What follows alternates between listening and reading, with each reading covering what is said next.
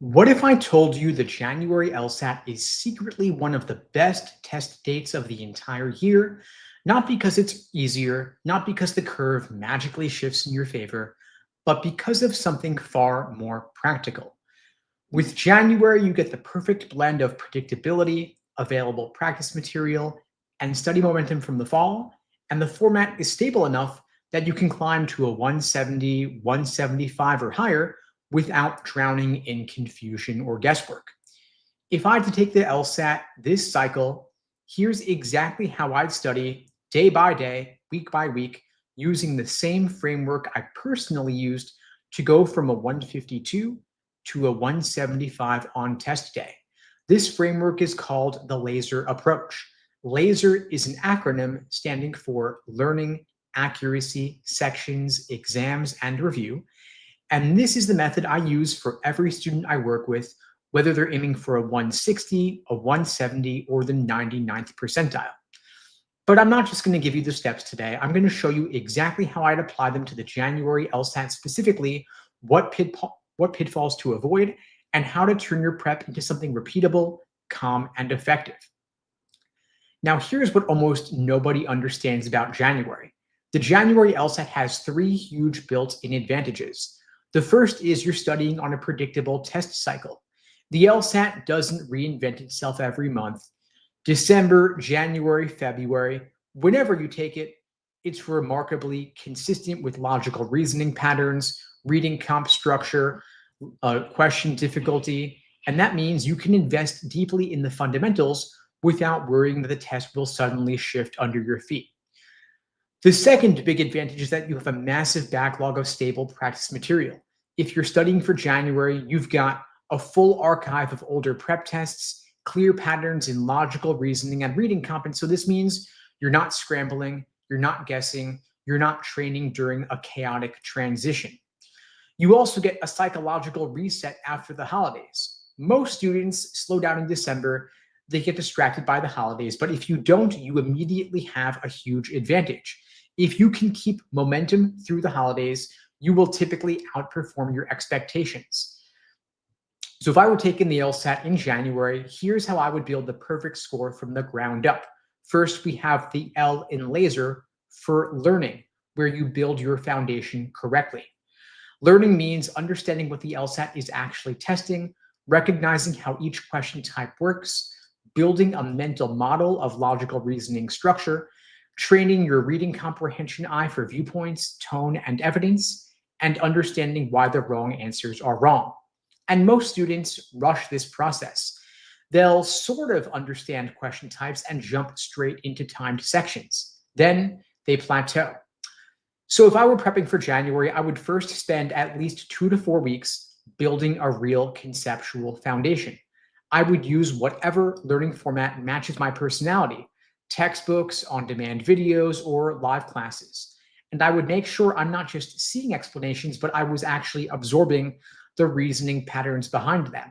And your goal here is simple. You want to go from confusion to competence. You want to go from thinking, what is this, to I know exactly how to approach this. Once you've built that foundation, you're ready for the phase that actually moves your score upward, which is A for accuracy. You are drilling questions by type until it becomes automatic. Accuracy is where improvement becomes visible. If I were studying for January, I would start with the high frequency question types. Logical reasoning has roughly 15 different types, but some show up more frequently than others. So those are your high yield areas where you want to focus. Specifically, necessary assumption, inference, and flaw. Those are the backbone of logical reasoning. Parallel questions, everybody hates them, but there aren't that many of them and everything's worth the same. So you want to start with the more high frequency types. Then you want to drill only one type at a time because this rewires your brain to recognize patterns quickly. You'll start seeing how LSAC phrases assumptions, how they hide flaws, how wrong answers misinterpret evidence, and how scope shifts create traps. If you do one type at a time, it's going to build the pattern recognition you need for a top score.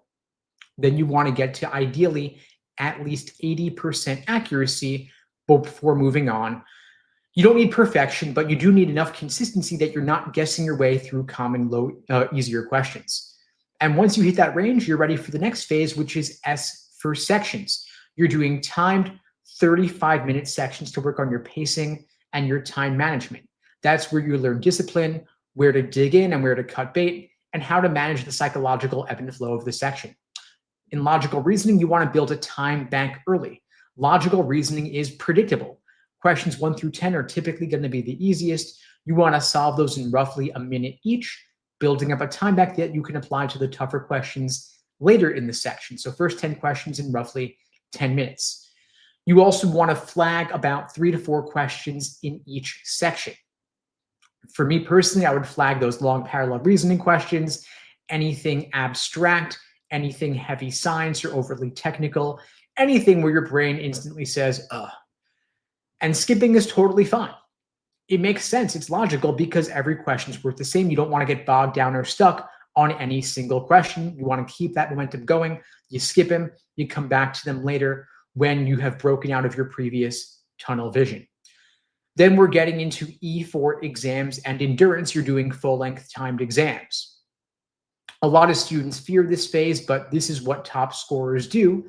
Ideally, at least 10 full-length timed exams in 4-section sittings, so that test day itself becomes like just another run-through. This is where you're building up your conditioning, your attention control, and your fatigue management. Now, finally, we have R for review, and this is the part that matters most. If you want to break out of a plateau, if I had to choose one LSAT skill to keep and forget everything else, I would keep review because that's where all the breakthroughs occur. I use something called the Socratic review method in my coaching program, and here's how it works, especially important if you're taking the LSAT in January. You're not just reviewing wrong answers, you're also reviewing lucky guesses, questions you solved but felt kind of shaky on them, those you solved quickly but incorrectly, and questions where you thought the wrong answer was right, because these moments are gold. Every question that you get wrong is an opportunity to learn something new. And it's far too easy to look at the right answer, look at the answer key and say, oh, I get it now. How could I have been so dumb? But then you go on to the next practice test and do the exact same thing all over again. You want to track the patterns in your mistakes so that you can avoid making them next time around. Maybe you misread quantifiers. Maybe you fall for extreme language. Maybe you trust your gut too much. Maybe you eliminate right answers that feel weird. Whatever it is, you want to drill down to the root cause of your mistakes so that you can avoid making them next time around. You also want to work on your ability to identify issues with an argument. For example, what's the conclusion? What's the structure? What are the hidden assumptions? Why was the right answer right? Why did the wrong answer look tempting? And how can I avoid this trap next time around? So again, to recap, the laser approach, learning is the L in laser, building your foundation. A is for accuracy, drilling by type to build pattern recognition. S is for sections, you train your pacing, your discipline, strategic skipping. E is for exams and endurance. You want to make test day feel normal because you've run through it all before. And then finally, R for review, which is where you extract insights, you fix your blind spots, and you convert your mistakes into score gains. And the January LSAT is, of course, no different from any other test. The LSAT is remarkably predictable. It's all about execution and consistency, and of course, pattern recognition. And so if I had to study for the LSAT all over again, that's how I would do it, using the laser approach. No shortcuts, no gimmicks, just a proven method that works. And so, any questions about LSAT study plans, whether you're taking it in January, February, April, June, or beyond, feel free to drop your questions, your thoughts in the chat. How'd you all like that, by the way? Did you find that helpful? How many of you are taking the LSAT in January, by the way? If you could just drop in the chat a 1 if you're taking it in January, a 2 if you're taking it in February, a 4 if you're taking it in April. Don't drop a 3 for March because there's no LSAT in March this year. So if you show up, no one's going to be there to administer your exam.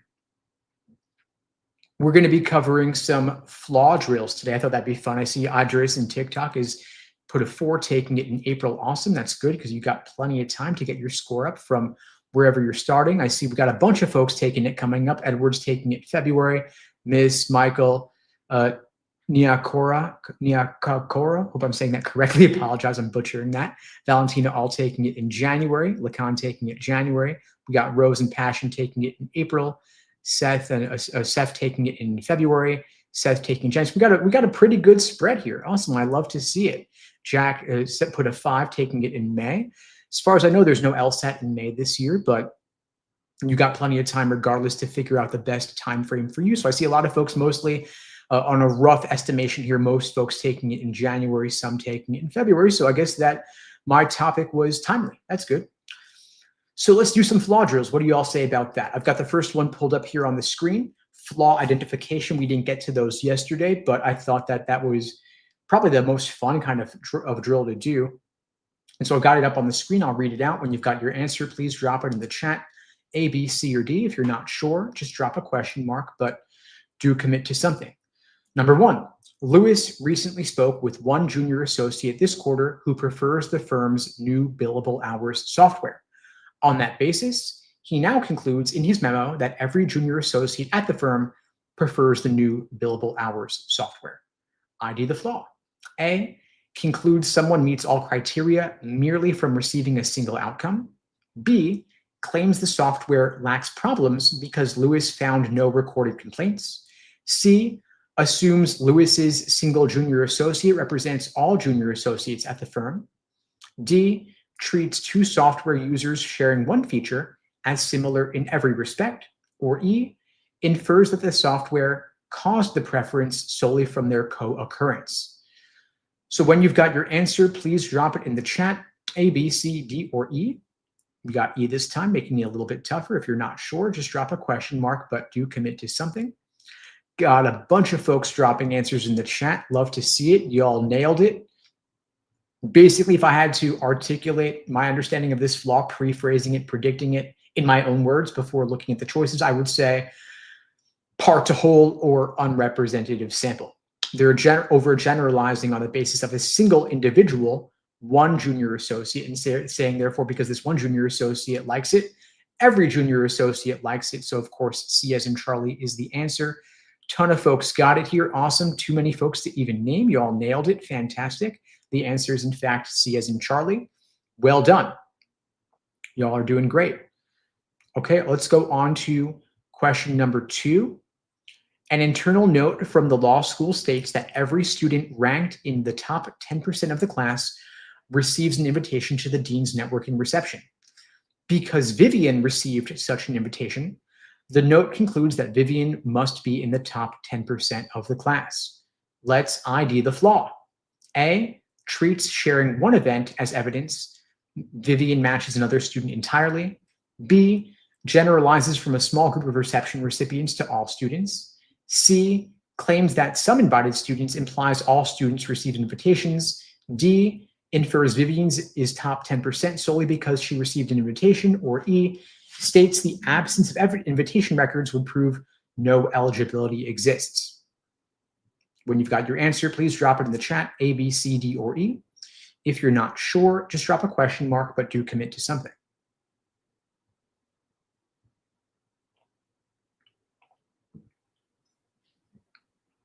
So we've got a conditional, right? Every student in the top 10% receives an invitation. So if you are in the top 10%, then you receive an invitation. So if 10, then invite. Vivian got the invite, therefore she's top 10. That is their conclusion. So you could even, if you're not even sure how to find it in the choices, you could just put in the chat what you think the flaw is in your own words, you know, a quick phrase, for example.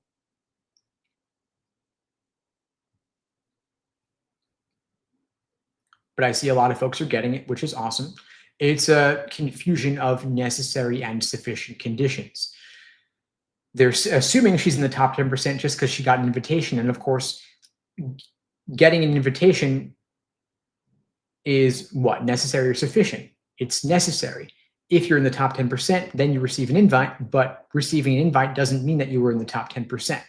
There might be other people who also get invites who are not in the top 10%. So the answer is, in fact, D as in Delta. Well done, Valentina, Osvaldo, Passion.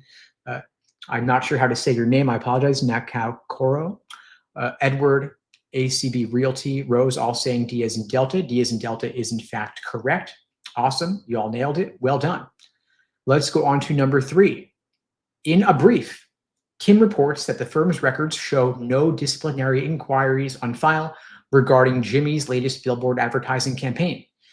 She concludes from this lack of recorded inquiries that the campaign clearly does not violate any of the bar's attorney advertising rules. Let's ID the flaw. A, claims some compliant campaigns implies all campaigns are compliant. B, concludes no rule violation occurred because no disciplinary inquiries appear on file. C, draws a broad conclusion about all advertising campaigns from one campaign's record. D, infers Jimmy caused compliance simply because compliance and inquiries never coincided. Or E, assumes Jimmy's campaign matches another lawyer's because both involve advertising. A, B, C, D, or E. When you've got your answer, just drop it in the chat. If you're not sure, just drop a question mark, but do commit to something.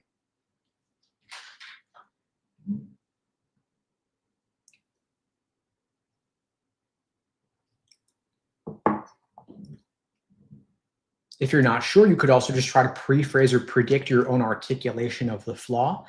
And then as a second step, then look for it in the choices. I see a mix of answers here. I see some folks saying B, C, maybe D. So folks are a little bit unclear on this. And by the way, I usually pronounce it inquiries, not inquires. I'm not sure why I said inquiries once, but once I said that, I kind of just kept going with it because I didn't want to switch midway through, but I'm not really pretentious like that, I promise. But it makes you sound smarter to say inquiries. It's more like kind of British, right? So I see some folks saying B, some saying C, some saying D.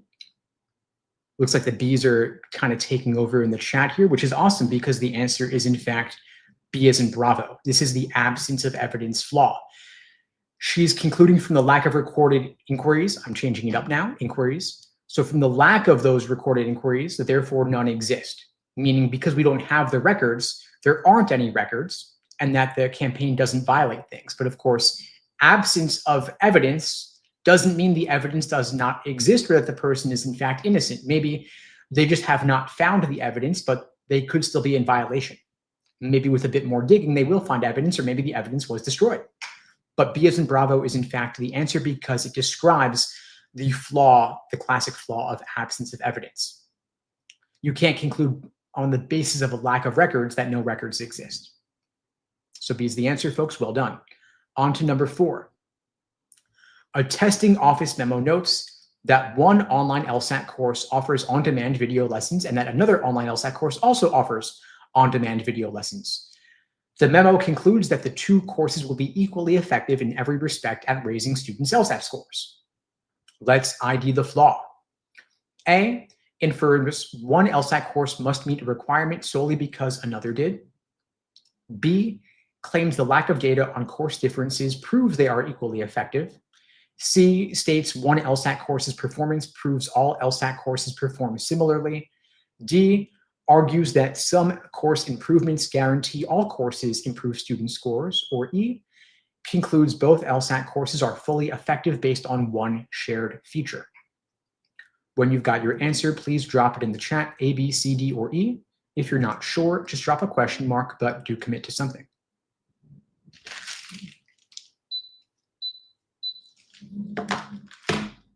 Got a couple folks dropping answers in the chat. Awesome.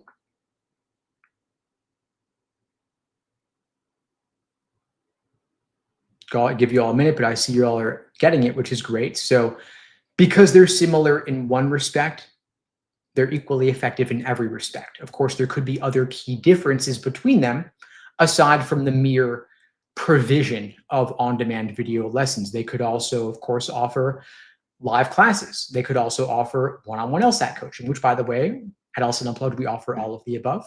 Link below the video to find out more. But yes, so because they're similar in one respect doesn't mean they're similar in every other way. And that because they're similar in one respect doesn't mean they're equally effective in every respect. There could be other key differences. They are over-indexing on one specific similarity. They are overextending the analogy. So yes, E as in echo is in fact the answer. Osvaldo, Valentina, Ms., Gur, Seth, Edward, all saying E as in echo. E as in echo is in fact correct. Well done. Valentina says A was a trick. Yeah, it is a trick, of course. All the wrong answers are tricks, but let's look at A specifically. So A infers one course must meet a requirement solely because another did. So yes, they are assuming that what one did, the other also did, but nothing about meeting requirements, right? That's not contained in the argument. So yeah, well done spotting that. On to number 5. Jessica's memo observes that in every quarter last year, when the firm increased its social media advertising, pro bono case inquiries were higher, and when it did not, inquiries were lower. The memo concludes that the firm's social media advertising increases are what caused the higher pro bono case inquiries. Let's ID the flaw. A concludes the advertising increases cause higher inquiries solely because they co-vary. B infers advertising must match another firm's campaign because both involve media. C claims Jessica found no inquiry records, so inquiries never occurred last year. D generalizes from one quarter's inquiries to all pro bono case outcomes. Or E treats some advertising increases as showing all increases boost inquiries. So when you've got your answer, please drop it in the chat, A, B, C, D, or E. If you're not sure, just drop a question mark, but do commit to an answer.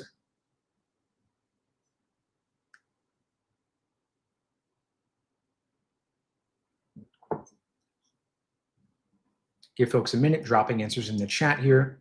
Love to see it. Y'all are doing pretty well here. And by the way, I see that choice A includes a vocabulary word of co-vary. I think that just means they go together. Or like they coexist. Or they are, hint, hint, correlated. They are associated. So just because two things go together doesn't necessarily mean that one causes the other, right? Classic correlation causation fallacy. Just because two things coexist doesn't mean that they have a causal relationship in any particular direction. In fact, causality could be reversed, or there could be a third factor causing both, or it could just be a coincidence. But yes, A is in fact the answer. We have an association between advertising on social media and pro bono inquiries. Doesn't mean the advertising is what causes the inquiries. And I corrected, I'm saying inquiries now, not inquiries. But yes, the answer is in fact A. Osvaldo, Miss, Gervier, Valentina, Passion, all saying A. Rose, Edward, ACB Realty, Lekan, all saying A. Yes, A is in fact the answer. Correlation causation, folks. Well done. So we're 5 in here so far.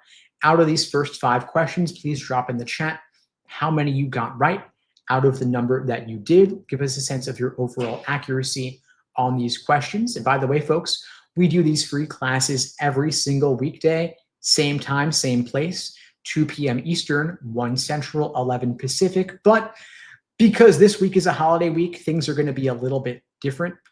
No class on Thanksgiving, no class the day after Thanksgiving. And tomorrow, Wednesday, for November LSAT score release, we are doing something special. Instead of meeting at our usual time, we're going to meet at 8:30 a.m. Eastern time, bright and early, 7:30 Central, 5:30 a.m. Pacific. Set your alarm clocks, wake up early. Why are we doing this? It's because of November LSAT score release. Scores are dropping at 9 a.m. Eastern time. And so we're going to be here ready to support everyone who's taking November and getting their scores back. And so if you want to join us, of course, you're more than welcome. It'll be pretty similar to what we do today and every other day for that matter. But there will be some key differences. Of course, we'll have a bit more focus on LSAT retake prep for those who took it in November and did not reach their goals, want to retake in January, February, or beyond. We'll focus on study plans for January, February, and beyond. And of course, we'll be doing more drills like what we're doing today. And so if you like these classes and find it helpful, please show up tomorrow. We'll be going a bit longer than usual, probably several hours. I see a lot of folks got those first 5 questions pretty high accuracy. Passion's 4 for 5, Valentina and Osvaldo 5 for 5, Edward 5 for 5, Seth 4 for 5. Nakakoro is 2 for 2 and is driving. Drive safely. Don't look at the screen while you're driving, please. But yeah, so that's the plan for this week. And by the way, folks, if you're looking for support, I'm offering free LSAT tutoring lessons to everybody out there watching this. The link is below the video on YouTube, unpluggedprep.com/start. Link in my bio on TikTok. Now, let's say you took the November LSAT, you get your score back tomorrow, and you're thinking, why is my score so much lower than my practice test scores? It could be that you made one of these classic LSAT test day mistakes. And so I want to help you preempt those mistakes, help you avoid making them if you are in fact taking the LSAT in January or February or beyond. And so I'm going to share 7 LSAT test day mistakes that destroy scores and how to avoid them. So I'm going to share another video recording with you live here. You get to watch it first. Let's go. What if I told you that after months, maybe even years of LSAT prep, you could still underperform on test day because of a handful of completely preventable mistakes? It happens far more often than people realize. When I talk to students after the exam, they almost never say, I didn't know the material. Instead, they'll say things like, I got thrown off by the proctor. I wasted too much time on one question. I kept checking the timer. I couldn't stop thinking about the section I just finished. And these are not issues of ability or intelligence. They are LSAT test day mistakes, the kind of mental, environmental, and strategic slip-ups that can derail even a well-prepared student. And so I'm going to walk you through the 7 biggest LSAT test day mistakes, why they happen, and exactly how to avoid them. The first big mistake is practicing in the wrong format, training in a totally different environment than the one you actually face on the real exam. And so if you've been practicing mainly on PDFs, books, or third-party platforms, you're not preparing yourself for the actual LSAT interface, which is what you'll use on test day. The real LSAT on Law Hub has the exact fonts, the real highlighting and underlining tools, the real navigation buttons, the real countdown timer, the real screen layout, and the LSAT is a test where format familiarity matters just as much as content mastery. You don't want to burn mental energy on test day thinking to yourself, how do I highlight this? Where's the flag button? Why does the timer look different? And why is the passage screen taller or narrower than what I'm used to? You want the format to feel so familiar that it barely registers. And so there's a pretty simple fix for this. In the weeks leading up to your exam, you want to do every full practice test and as many timed sections as possible on LSAC's Law Hub platform. You want to practice with the exact tools you'll use on the real exam until the interface feels boring and predictable. That one change alone eliminates a huge amount of test day friction. The second big mistake is letting the proctor rattle you. You don't want the proctor to break your focus, and proctors do that in a lot of different ways. They might pop up in the chat mid-section. They might suddenly start talking unexpectedly. A new proctor might take over halfway through, or in person at a testing center, someone might be pacing behind you or typing loudly. And so if you're not ready for this, that can completely derail your train of thought. And so before the first section begins, you want to calmly send the remote proctor a short, polite message. Ask them, if you need to speak with me during the test, could you first please pause my timer? They're not always going to listen, of course, but some will. And at least you've established expectations and regained some sense of control. And if a new proctor comes in later, you want to repeat the same message. And that simple step keeps you grounded. It helps you stay focused on what matters, the exam on your screen. Your rule on test day is the proctor does not get to control your mindset. You get to control your mindset. The third big mistake is getting stuck on a single question. Many students hit one difficult logical reasoning or reading comp question, and they convince themselves they have to solve it right now. So they'll dig deeper and deeper and deeper. Then 3 minutes go by, then 4, then 5, and meanwhile, the rest of the section is still sitting there full of questions you probably would get right, and that is a disaster for your score. The LSAT does not reward you for wrestling with a hard question. Every question is worth the same, 1 raw score point. And so your strategy is simple. If a question is not clicking quickly, you flag it, you put down your best guess for now, you move on, and you come back later if you have time. This protects your pacing, you avoid spiraling into panic, and when you return later, the question often feels easier because your brain has had time to reset. One tough question should never cost you the entire section. Fourth big mistake, staring at the countdown timer. A lot of students obsess over it, and this is one of the more subtle test day mistakes, but a very destructive one. If you stare at the timer constantly, you are spiking your anxiety, you're breaking your concentration, you're making things feel harder than they have to, and it's stealing mental bandwidth that you should be spending on logic and reasoning. But the good news is that you can hide the timer on the LSAT. All you've got to do is click it, and it'll disappear. It'll, of course, automatically reappear during the last 5 minutes of the section, but that's all you need to wrap up and check flagged questions. Your goal ideally is to develop internal pacing. You want to know how long a question takes you, how long reading a passage takes, and you want to know your rhythm for yourself so that you don't need to constantly stare at the clock. Fifth big mistake, bringing past sections into the next section. So let's say you finish a section and you immediately start thinking through what went wrong. You're replaying questions in your head, speculating about mistakes, and analyzing things that you can't change. Then you carry that emotional weight into the next section, and suddenly that section starts off badly too. Not because you lack ability, but because you're not mentally present. The LSAT doesn't just test logic, it tests your ability to stay present. And so a simple rule would be, once a section is over, it is completely gone. You do not carry it with you into the next section. And so during the break, stand up if they'll let you, relax your shoulders, shake out your hands, take a few slow breaths, and consciously say to yourself, that section is finished. The next one is all that matters now. Every section is a fresh start. The sixth big mistake is treating this one test date like it's your only chance. While the LSAT as a whole is incredibly important, no one particular test date will make or break you because you can always retake, and the LSAT is offered 8 times a year. And so if the November LSAT didn't turn out your way, you've got January. If January doesn't go your way, you've got February, and so on. And when you believe everything in your life depends on one test date, anxiety spikes and you second guess yourself. And the good news is that law schools only consider your highest LSAT score on record. They don't average multiple scores, they don't punish retakes, and the LSAT is offered more often than ever before. I'm not saying to treat it lightly, but don't treat it like a once-in-a-lifetime opportunity. You can always come back stronger. Now, the seventh big mistake, and then I'll offer a bonus one, an extra one. The seventh one is trying something new on test day, like a new pacing system, a new note-taking strategy, a new diagramming shortcut. Test day is not the time for experimentation. The LSAT rewards consistency.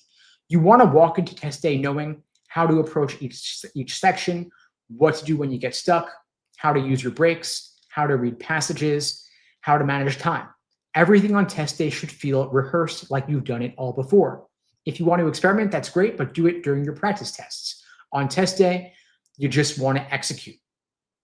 Now for the bonus tip, don't rely on LSAT's built-in search function. A lot of people still think they can use Control F on reading comp, but LSAT has locked it down. You cannot do Control F anymore.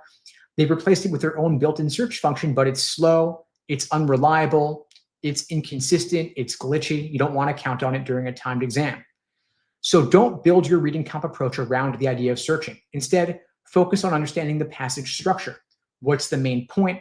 What role does each paragraph play? Where are the opinions located?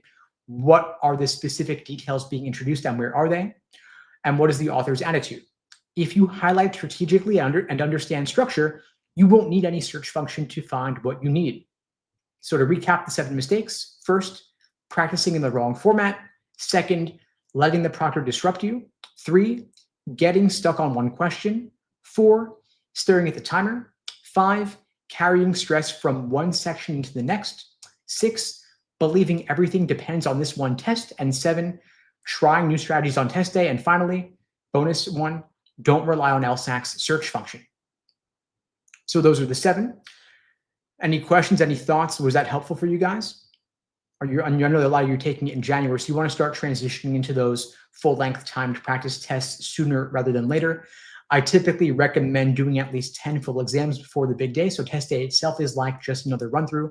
And so if you're taking it in January, you've got about 6 weeks or so. If you haven't taken any exams yet, that's fine. If you do 2 a week for the next 6 weeks, that's 12 exams. If you do 1 a week, that's 6 exams. Hopefully you've done a few already. If not, that's okay though. If you're going for February, you're pretty much right on point doing 1 a week for 10 weeks and you're fitting in those 10. Let's do some more drills, more flaw question drills. I've got them pulled up on the screen. Going into number 6 now. When you've got your answer, just drop it in the chat. A, B, C, D, or E. If we got E on these, yep. Okay, so I'll read it out. When you got your answer, drop it in the chat. An internal memo notes that Harvey handled a particularly complex merger for the firm last year, and that Mike also handled a particularly complex merger for the firm last year. On that basis, the partners conclude that Harvey and Mike are equally well suited for any major case the firm takes on. Let's ID the flaw. A, the argument generalizes from a single associate survey response to all associates. B, the argument concludes neither attorney handled cases because no records were found. C, the argument assumes one shared merger means Harvey and Mike are similar overall. D, the argument infers all attorneys share traits based on only some attorneys' traits. Or E, the argument infers Harvey caused Mike's merger results merely from their association. When you've got your answer, please drop it in the chat, A, B, C, D, or E. If you're not sure, just drop a question mark, but do commit to an answer. Nice, James, rocking it, well done.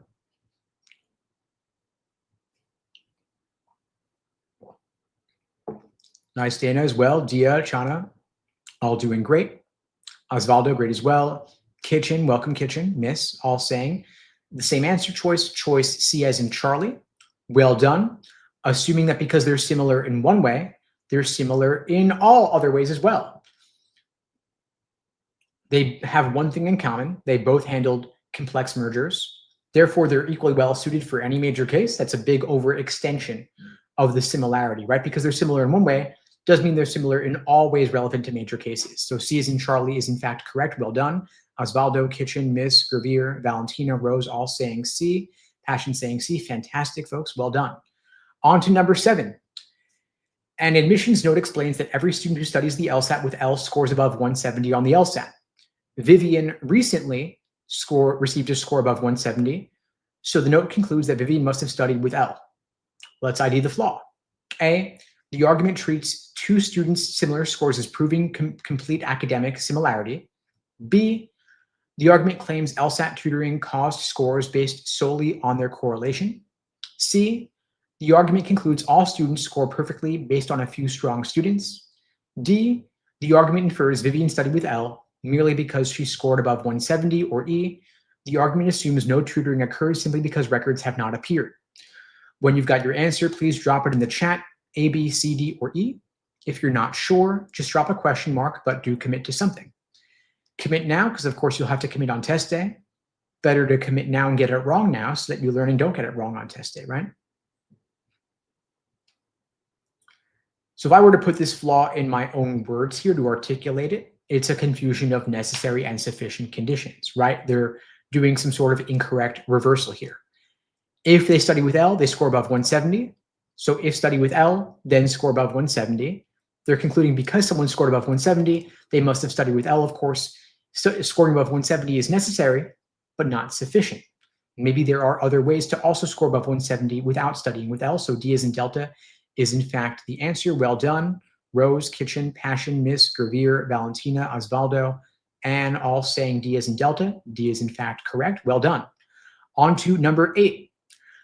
A case file summary states that investigators have found no video or audio recordings placing Jimmy at the scene of the alleged contract meeting.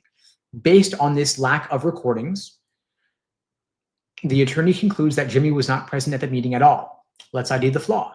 A, the argument concludes Jimmy was absent merely because no recordings place him there. B, the argument infers someone studied a method only because they achieved its outcome. C, the argument infers Jimmy caused events simply because they often occur together. D, the argument infers Jimmy and others are fully similar due to one shared detail. Or E, the argument generalizes from one associate's training response to all associates' views. When you've got your answer, please drop it in the chat, A, B, C, D, or E. If you're not sure, just drop a question mark.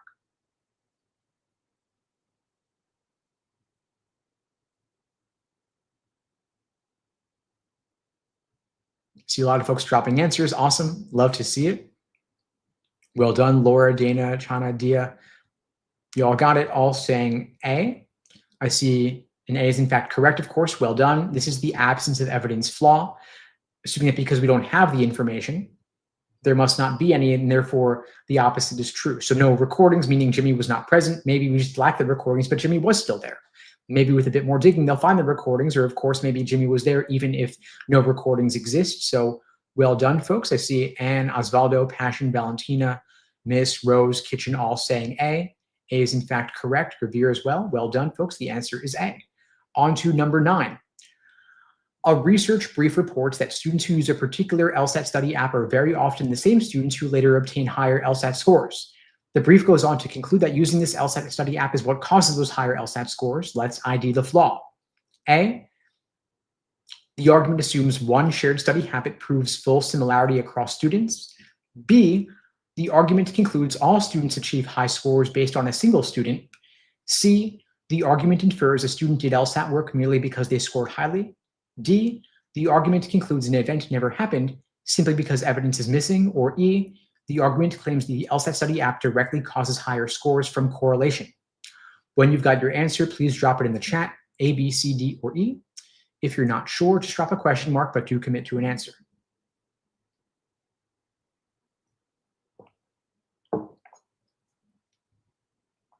And if you're not sure, spotting it in the choices, try to pre-phrase it or predict it in your own words, just looking at the argument alone.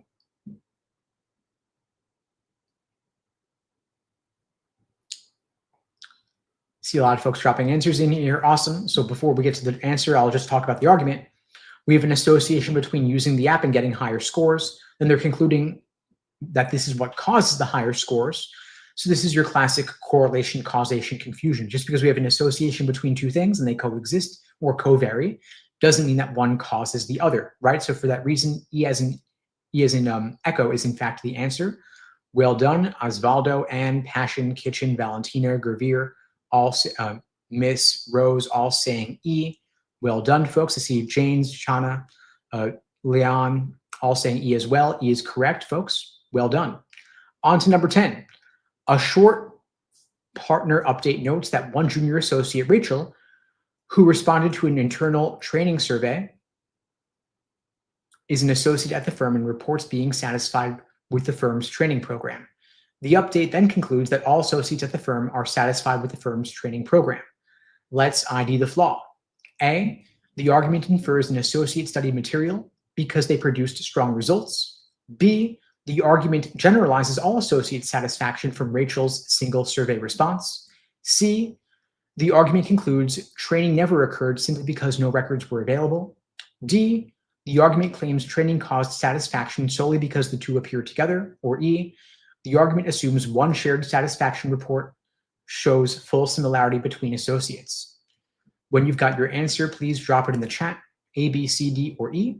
If you're not sure, just drop a question mark, but do commit to an answer. And of course, you can also pre-phrase or predict the description of the flaw in your own words. So we know that Rachel is satisfied. Then they're concluding that because Rachel's satisfied, all associates are satisfied. Maybe Rachel is unrepresentative. And so she's, of course, too limited a sample to base a general conclusion on. So they are overgeneralizing, and this is the flaw of unrepresentative sample, which lines up with B as in Bravo, which is in fact the answer. Well done, folks. And Kitchen, Osvaldo, Gravir, Rose, Passion, Miss, Valentina, all saying B. B is in fact correct, folks. Well done. We're 10 in so far. Out of these first 10, please drop in the chat how many you got right out of the number of questions that you did.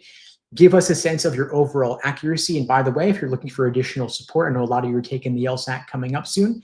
I'm offering free LSAT tutoring lessons to everybody out there watching this. If you'd like to meet with me out for a private one-on-one call, you can book that call with me through the link below this video, unpluggedprep.com/start.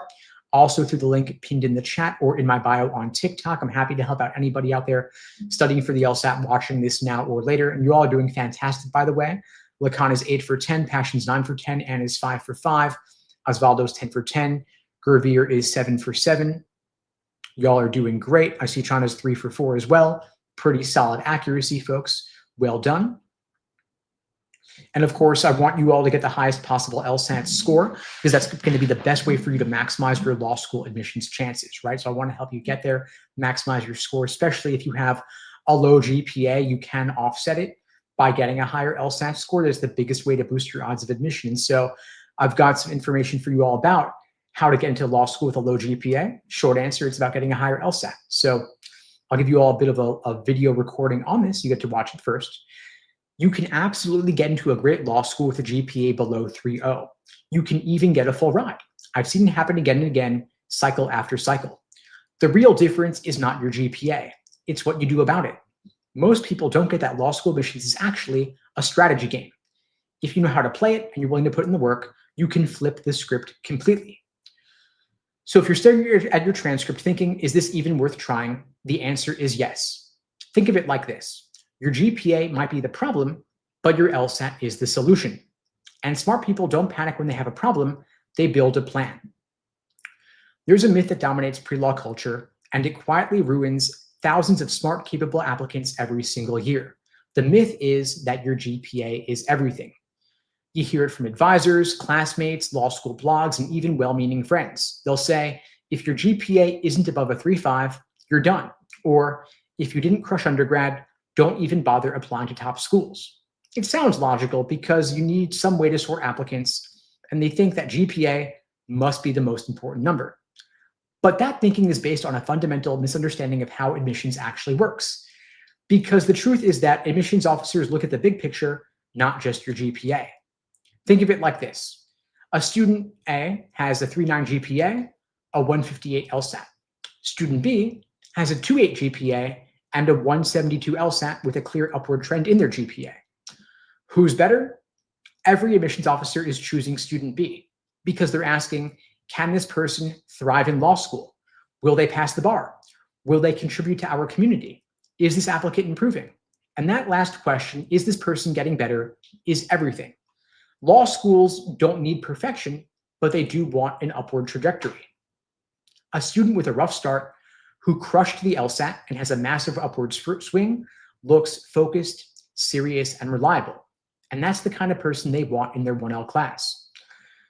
So don't tell yourself that your GPA is a permanent label. It is just a single data point that can be explained, contextualized, and outweighed. So let me show you what this looks like in real life. I had a student, we'll call him James. He came to me defeated because he had a 2.9 GPA, no legal internships, no family connections, no Ivy League background. And a former professor told him, save your money, don't bother even trying to get into a T14. But James didn't quit and instead asked the key question. I can't change my GPA, so what can I change? And that's when he started changing his strategy by first crushing the LSAT. He went from the low 160s to a 172 after months of disciplined, structured prep. Secondly, he owned his story. He didn't hide the GPA, he reframed it in his essays. He wrote essays that were not boring, they weren't safe, but instead they were honest, reflective, and high level. He also got excellent rec letters with real academic praise, specific, detailed, and performance-based. He also positioned himself as a rising star, somebody not making excuses but with momentum. If you fast forward to decision time, he got multiple T14 admissions. He got a $175,000 scholarship at Northwestern through strategy. And so, of course, your results may vary, not a promise or a guarantee, especially, of course, every cycle is different, but the strategy that James used is repeatable. Most low GPA applicants imagine admissions as being cold, robotic gatekeepers sitting in a dark room with a red pen, but that's not real because they're humans. They are highly educated humans, but they're still humans, and they read thousands of applications a year looking for context. They're not asking, who were you at 19? They're asking, what will you be like at 25 when you're in law school? Will you grind? Will you put in the work? Will you pass the bar? Will you reflect well on them later? That's why the worst thing you can do is pretend that they won't notice your GPA, because they will every single time. It's right there in LSAC. They're getting a copy of your transcript. You also don't want to over-explain every semester and flood them with excuses. You want a short, clear, professional explanation paired with strong evidence of growth. It might sound something like this. You say to them, yeah, my GPA is lower than average, and here's what happened. Here's how I improved. And here's my LSAT, which demonstrates I'm ready for law school. Then you back it up with performance. Now, if the GPA is your weak spot, the LSAT is your comeback story. The LSAT is the single highest ROI move in your entire application. It's standardized, it's more recent than your GPA, it's predictive of how you'll do in law school and how you'll do on the bar, and it's objective. It measures reasoning, reading, attention, and focus, which are the exact skills you need for 1L and the bar. If you've got a 172 LSAT, you're a serious candidate. If you've got a 158 LSAT, not so much. That's why the general rule is always the same. Aim for the highest possible LSAT score, ideally 170 plus every single time, no matter what your GPA is. Because your LSAT score doesn't just get you in, It also gets you money, and it lowers the risk of admitting you in the eyes of the committee. It tells them that you can handle the work. And most people get it wrong because they take the LSAT once, they get a 158 or a 165 or maybe even a 167, and then they quit. And that single decision costs them 6 figures. Retaking the LSAT is one of the highest ROI decisions you can ever make. And you don't get punished for it because law schools only take the highest score. They don't average multiple. And they don't just look at your final GPA, they look at your trajectory. If you have a flat average for 4 years, not as good as a 2.3 early on and a 3.9 later, because the growth tells a story, tells them that you're resilient, you solve problems, and you're trending upward, which is exactly what they want.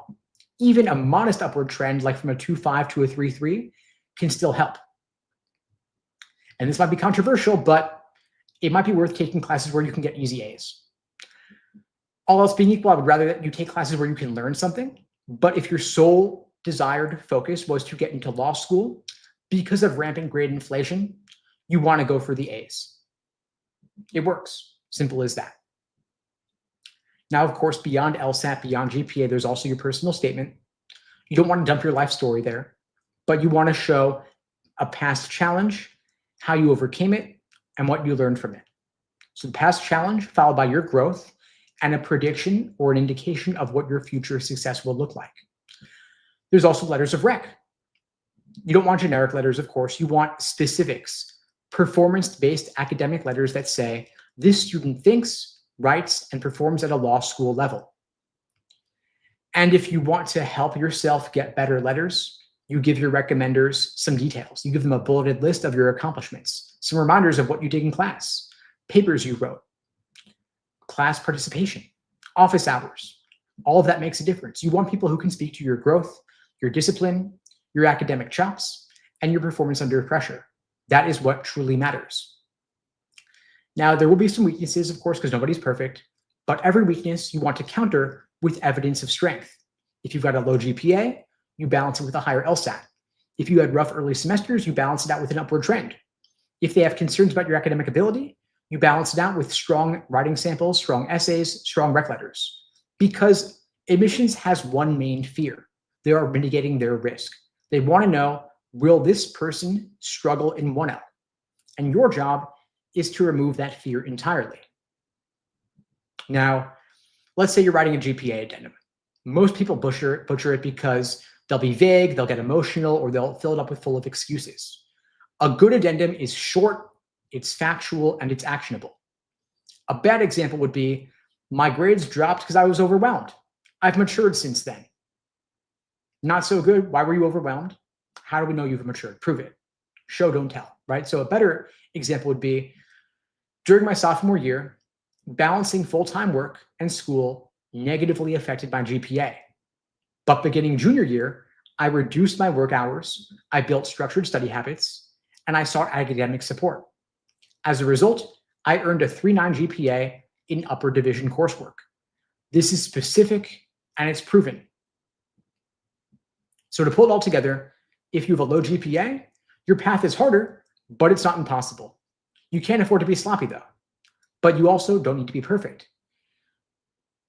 You combine a low GPA with a high LSAT score, a clear upward trend in your GPA, strong rec letters, thoughtful application essays, a clean, concise GPA addendum, and a story of growth, you can still win.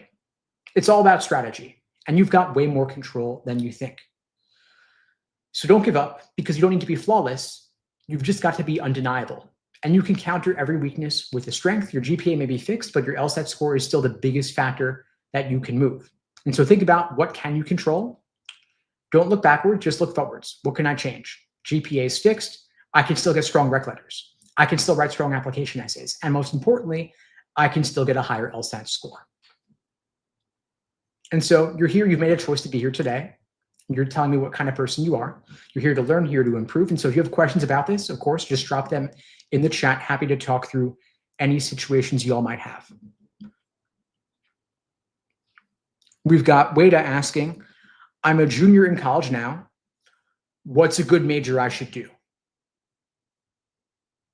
You can major in literally anything and go to law school. Back to my point earlier of being ruthless, I would aim for a major where you can get a high GPA. Don't take killer science classes or killer econ classes that will tank your GPA. It's a mistake. I personally was a poli-sci major, which is a pretty good major for getting a high GPA. But I made the mistake a couple of times of taking classes I was legitimately interested in. I took, for example, an intro econ course. Problem with intro econ is that it's curved. And a lot of my competition had already taken that same exact econ class in high school as an AP class. And so they were basically redoing it for an easy A. I wasn't, and math was not my forte. And so I think I got like a B, maybe a B minus. Tanked my GPA compared to all my other A's. And so that was a mistake. I learned and I liked the class, but I wasn't good enough at it to make it worth sacrificing my GPA. So if I could do it over again, I would have avoided the curved class in a subject I wasn't expert in. So think about what you're good at and what can you get a high GPA in. Mac is asking, realistically, what's the lowest GPA that could get into a T14 with a 175 LSAT? So the T14 medians are all 3.839 for GPA. LSAT medians are all 170 to 175. And so if you have a 175 LSAT, maybe you could get in with a 3.7, maybe a 3.6, maybe. But I'm not even sure that's the right question. I mean, your GPA, I mean, are you done in college? Are you pretty much finished? Because your GPA is probably pretty fixed. I wouldn't ever ask, what's the lowest I can get away with? I would ask, what's it going to take to get me the highest possible numbers based on where I'm at right now? And so your GPA, you're probably only going to move it incrementally, if at all. Even if you're, let's say you're a senior or you've recently graduated, you're going to only have fairly marginal impacts. You're saying it's a 3.2? It is what it is. You graduated already, it's a 3.2, it's done. I mean, don't ask what's the lowest it can be. Just say, okay, well, what can I do to maximize my odds? So I'm assuming that you're not done with the LSAT because you're here, right? So I'd say don't just go for a 175, go for a 180. I think goal scores are kind of silly. In fact, never aim for anything less than 180. If you can get a 180, you're going to have a higher odds than if you have a 175. 175 is great, of course. I got a 175, and now it's still top 1% though, so it's a great score to have. But you would have even better odds if you had an even higher LSAT. J1296 asks, if you've been out of school working for over 15 years, who do you ask to write recommendations? Employers? People who've supervised you in a managerial capacity? Who can speak to your work ethic? Probably the best move. Professors, of course, might not remember who you are at this point. And so I'm not saying that you've always got to have academic letters. It's unrealistic when you've been out of school for a long time. Just get really solid work letters from people who know you well and can speak to your work ethic and your abilities. Content asks, if I was in an abusive situation for a year during my classes, is it worth writing an addendum? Not sure. I mean, did it negatively impact your GPA? I wouldn't be surprised if it did, of course. And thank you for trusting me enough to share your story, by the way. You could refer to it. Yeah, you could write a very brief addendum. If it negatively impacted your GPA, you could. You said caused you to get a D and a B minus, then yeah, I would write something very concise, matter of fact. And then, of course, let them know the situation's ended and you're not in that situation anymore. Of course, prioritize your safety first and foremost. But yeah, if it tanked your GPA, it's worth talking about. Someone asks, Sunnychild asks, did I go to law school? No. So I actually got sidetracked with LSAT prep and never actually went. And here I am 20 years later still doing this, but I love it. And so I get to live vicariously through all of you. Becca says, what if you're not the strongest writer? So if you're talking about application essays, not the strongest writer, get help. Have someone else look over your essays, have them give you feedback on your writing. You don't want them writing it for you, of course, but you do want them to help give you feedback to make your writing stronger. And don't ChatGPT it, please, because it's going to be generic and boring and maybe even make stuff up. And Mac asks, do I offer help with writing for applications? Yeah, I do. If you're looking for support, you can book a free call with me through the link in my bio, and we can talk through your situation. We offer help with all the application essays, by the way: personal statement, diversity statement, optional essays, addenda, resume, or help requesting letters of rec. We help with all of that. A link below the video, link in my bio. You could book a call and we could talk through your situation. Happy to help with that. But by the way, the biggest factor is still locking in the highest possible LSAT. Apples is asking, is being a lawyer a good job for someone analytical and highly interested in law? Yeah, I would think so. If you're highly interested in law, being a lawyer seems like a pretty good move to me. And yes, the analytical mindset is the right mindset to bring to this. Sunny Childs asks, what college has the best law school? Well, I mean, best is a matter of opinion, right? I mean, what does best mean? Does best mean highest ranked? Does best mean best culture? Does best mean best location? Best specialization in what you're interested in? The US News rankings, of course, are one way to define best. You're looking at Harvard, Yale, Stanford, Columbia, Cornell, NYU, the so-called T14. But you also want to balance prestige with scholarship money, right? So if you can get into a lower ranked school with more scholarship money, might be a better choice than a higher ranked school with less scholarship money. I think it's worth considering to not take on the debt.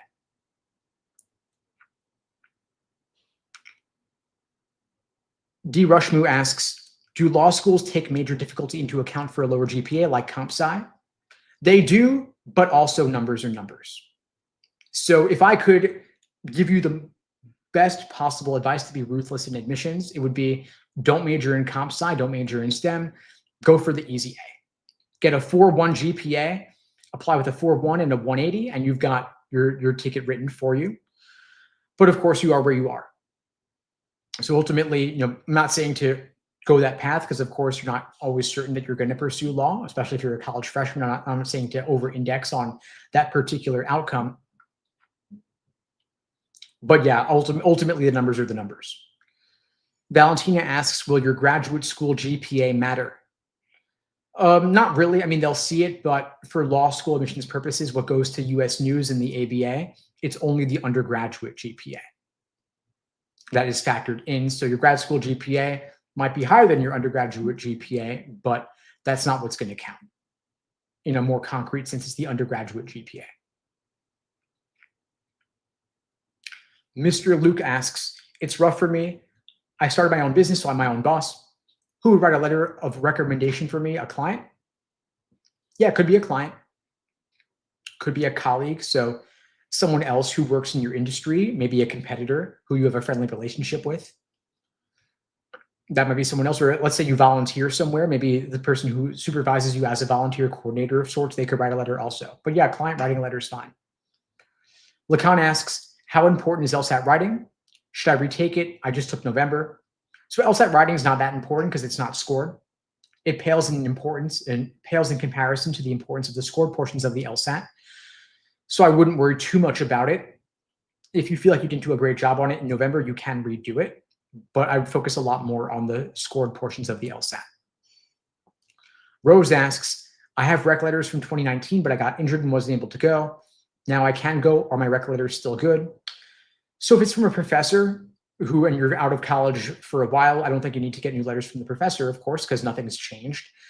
But if it's in a work context, like a work letter, then maybe, yeah. Should you write an addendum for having gotten injured, not being able to go to law school, now going back to it now? Yeah, you could write something concise about it just to explain why you pursued this before, then why your plans changed, and why you're getting back to it now.